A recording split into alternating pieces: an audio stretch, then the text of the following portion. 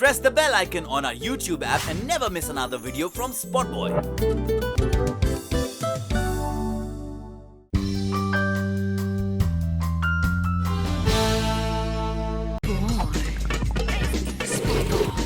Hi Vivek, thank you so much for being on SpotboyE.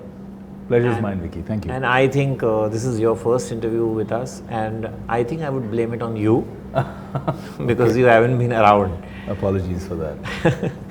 Well, just kidding. On a serious note, let's begin with your feelings that Supreme Court has cleared the movie, and what's going on. Like, were you tense? What was your feeling? I think just a few days back. Yeah, I think I don't subscribe to fear, Vicky. I've stopped feeling fear in my life some time back.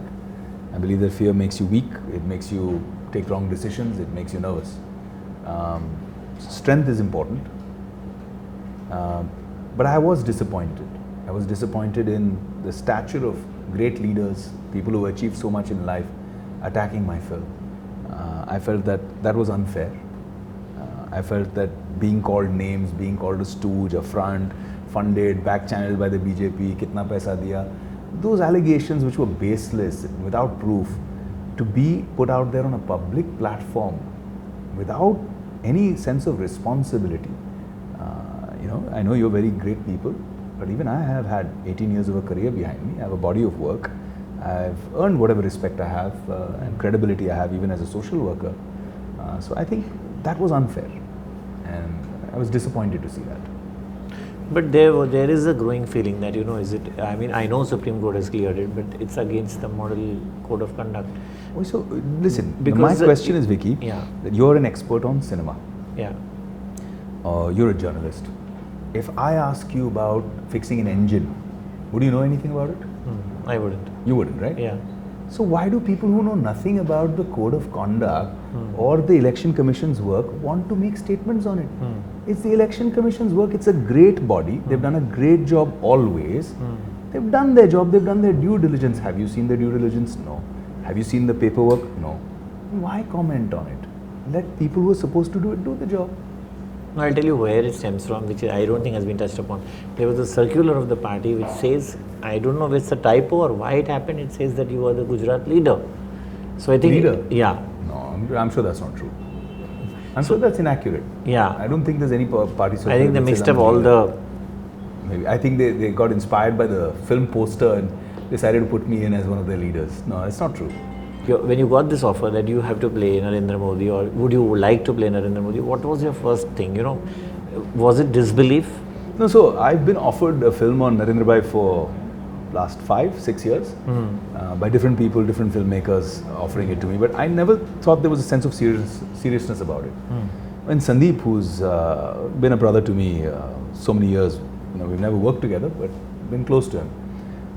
He came to me and he said, "Bhai, main ye film banana, and I want you to play the lead." So it took me a really long time to think about it. I thought long and hard for about 30 seconds. And That's not long. I said, I'm doing the film.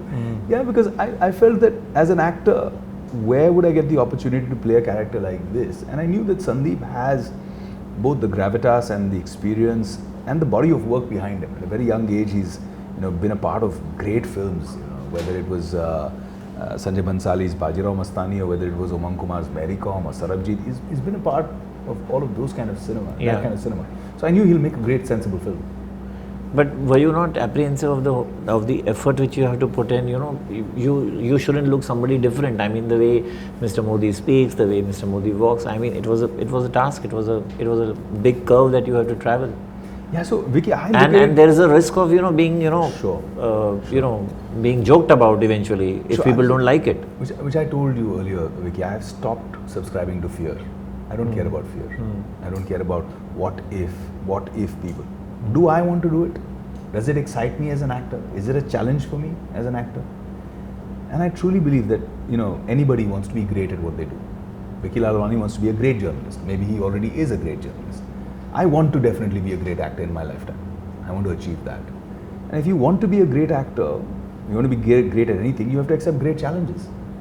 And you have to be fortunate to receive those great challenges. So I was very lucky that this great challenge came upon me and I decided to do it. There were a lot of apprehensions from a lot of other perspectives. Like, okay, do I say mitron? Do I say bhaiyon aur behnon? Do I mimic him? Is it sounding funny when I'm mimicking him? Should I stay away from the mimicry aspect? Because the mimicry may look nice in a trailer, in 30 seconds in a teaser, in 3.5 minutes, it may look nice. But when you see a full 2-hour film, then you say, "Ye kya kar raha hai yaar? Hasa raha hai." You don't subscribe to an emotion then. So the idea was to put just enough. When he thinks he has a crooked finger on his lip, so that gesture, or when the way he speaks, the rhythm, certain words, like he doesn't say hazar, he says hajjar. Those little colors to bring in. The nuances. But to stay true, yes, exactly.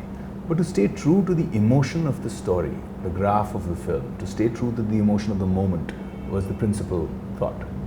But you said you want to be a great actor. I don't subscribe to that. You already are a good actor, a very good actor. And there have been... I'm good, maybe.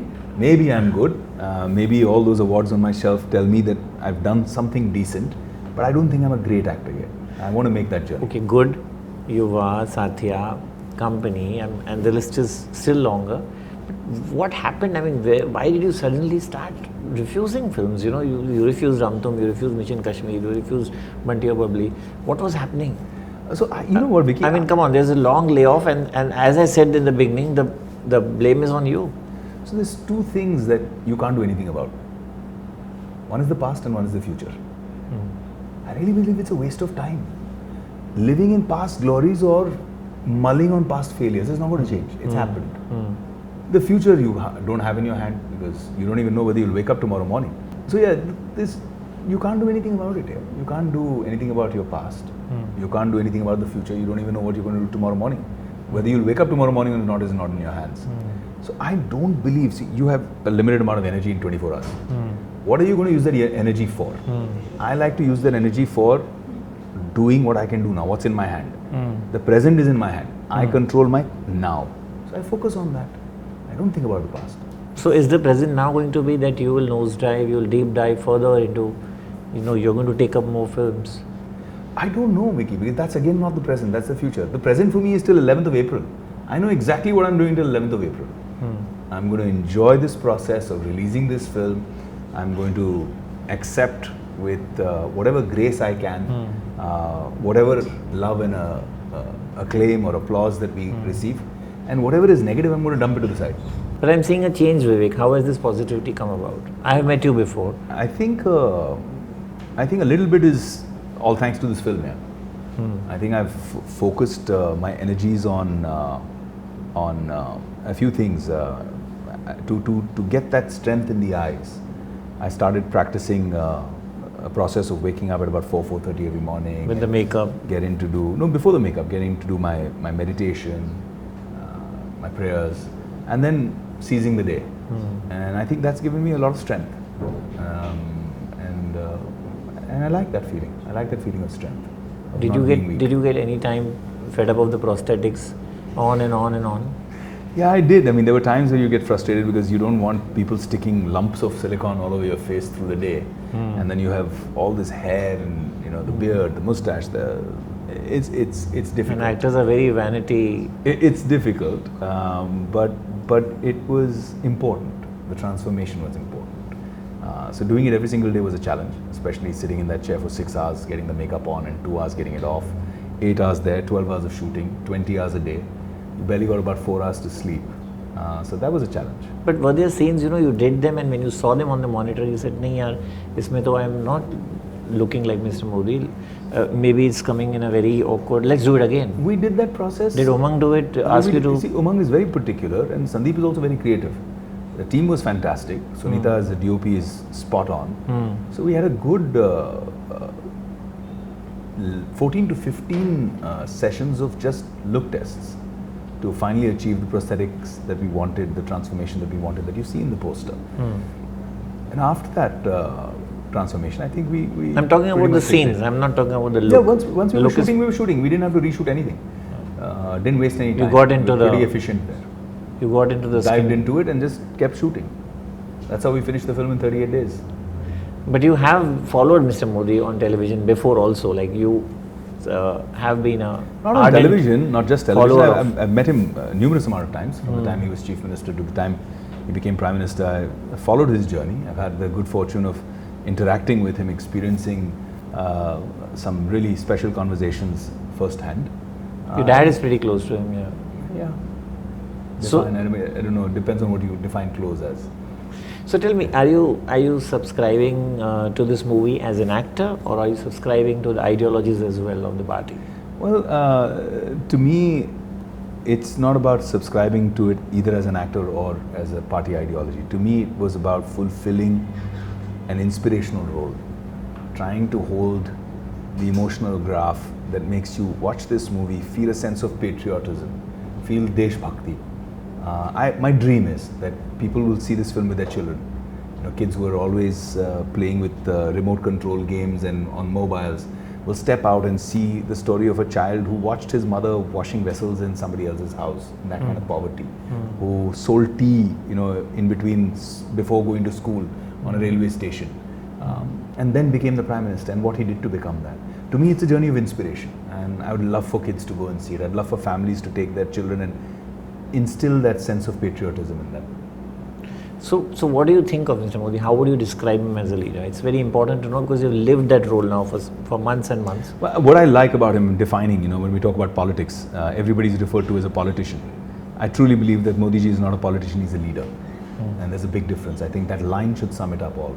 He's not a politician, he's a leader. Do you feel there is, in this regime, there has been polarization, there are so many things being said, you know, you're sitting in a park and, you know, with your friend or a girlfriend and the moral police is pouncing on you, all these things, you know, freedom of expression being curbed. You must be hearing also all this. It's not that I'm telling you for the first time. How do you react to that? You know, I don't react to it because, you know, it's very difficult in today's world to tell what is the truth from the narrative.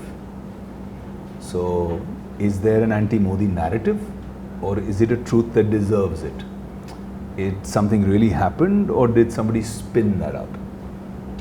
So there is that, and what is not possible to spin is the millions of toilets that got constructed.